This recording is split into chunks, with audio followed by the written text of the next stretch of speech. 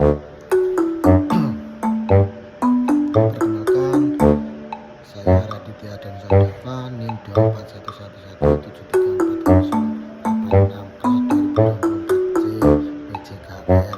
Di sini saya akan menjelaskan terkait tentang plagiasme. Berikut penjelasannya. Kasus plagiasme yang dilakukan oleh 3 dosen UPI. Kasus plagiasme di Indonesia yang pertama dibahas adalah yang terjadi sekitar tahun 2012 yang lalu, tepatnya dilakukan oleh 3 dosen Universitas Perguruan Indonesia. 3 dosen ini sedang menjalani uji karya tulis yang digunakan untuk meningkatkan kejabatannya, yaitu menjadi seorang guru besar.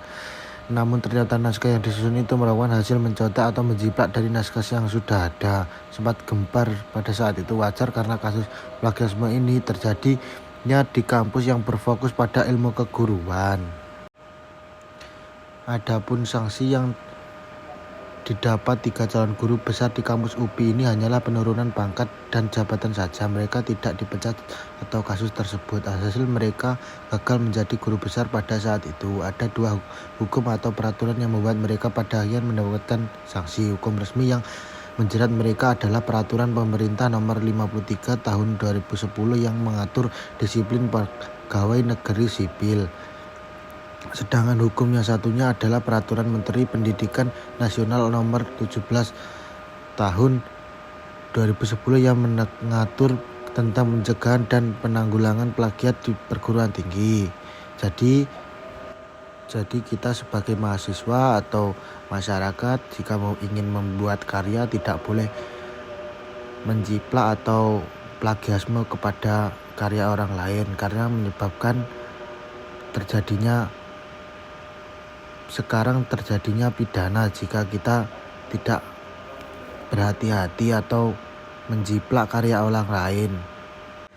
Karena sekarang setiap karya atau bikinan sendiri sudah bisa dibikin menjadi hak cipta. Jika kita mencontek atau plagiasme, kita bisa dituntut dan kena pidana. 1.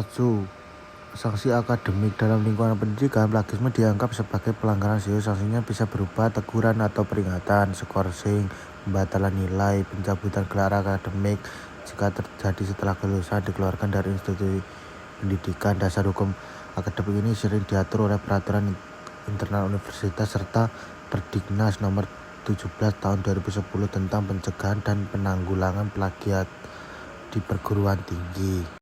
2. Sanksi hukum pidana dan perdata hak cipta. Jika plagiasme menyangkut karya yang dilindungi hak cipta, bisa dikenai sanksi berdasarkan Undang-Undang Nomor 28 Tahun 2014 tentang hak cipta yang menyebutkan pelanggaran hak cipta bisa dikenai pidana penjara maksimal 10 tahun dan atau denda maksimal 4 miliar. Pemilik hak cipta juga bisa menggugat secara perdata untuk ganti rugi atas kerugian.